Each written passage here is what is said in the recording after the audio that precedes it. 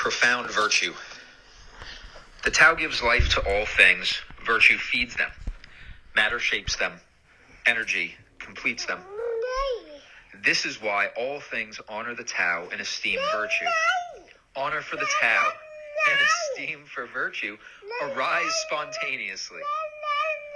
For the Tao gives life to all creatures, and virtue nurses them, raises them, nurtures, matures, and protects them. The Tao gives life freely, making no claim of ownership.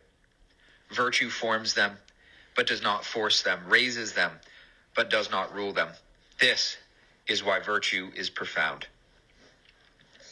That is chapter 51 of the Tao Te Ching. Probably the most important takeaway in my mind from this is the reiteration of the fact that you can't own another person.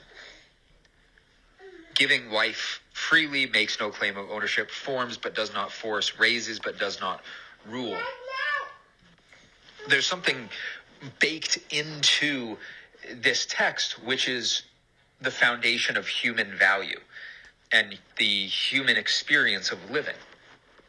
When we think about the next generations and what's possible for them, we also understand that things are going to change. And there is a degree of compassion, I think, a degree of love for future generations, right? We're all parents to the next generation. And in many cases, a vast majority of people decide to pass on their genes through procreation. That is an act of love. I would argue in many cases, at least, I think many would agree. And if you don't, then that's, I suppose, neither here nor there, because in either case, love is the underlying structure. And love doesn't start with the law.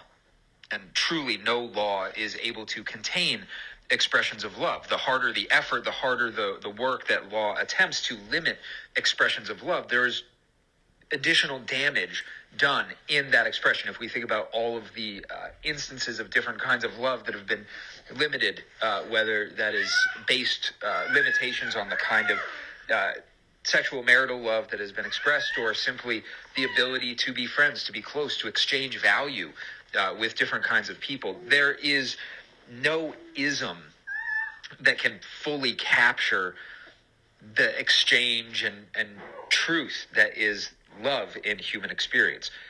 The best that an ism can do truly is to get out of the way enough that love can not just grow but thrive. Because love is not going to be expressed the same way by each person, it doesn't make sense to codify it into one single set of rules.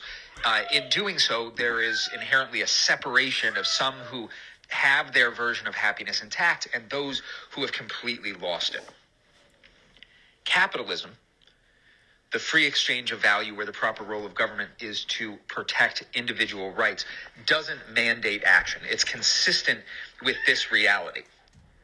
It doesn't mandate action and allows everything to be done, which is very, very close to what has been said in the Tao Te Ching before. Remember back to chapter 48, they will do nothing and yet nothing will be left undone. Free trade, the free exchange of value, is an expression of the Tao. Even here we see forms but does not force. This is, how we form opinions, how we develop opinions. We're really, this is the expression of marketing, salesmanship, how we actually exchange, kind of translating between these vastly different kinds of value. Just to provide an example, similarly, raises but does not rule. This is, raising the standard of living, raising our quality of life without ruling. This is the result that happens in capitalist free market systems. As we've seen throughout history, this is, something that can be backed up with simple economic data, but quite frankly, that's boring. It's less important than the human experience itself. And we could get into data, but do we really need to have data to make the argument that human beings have value? We've spent a lot of time, and capitalism generally tends to lend itself to arguments about differentiation and how we all have our own views, but united is just as important. What we have in common with each other is also worth protecting. Capitalism does both.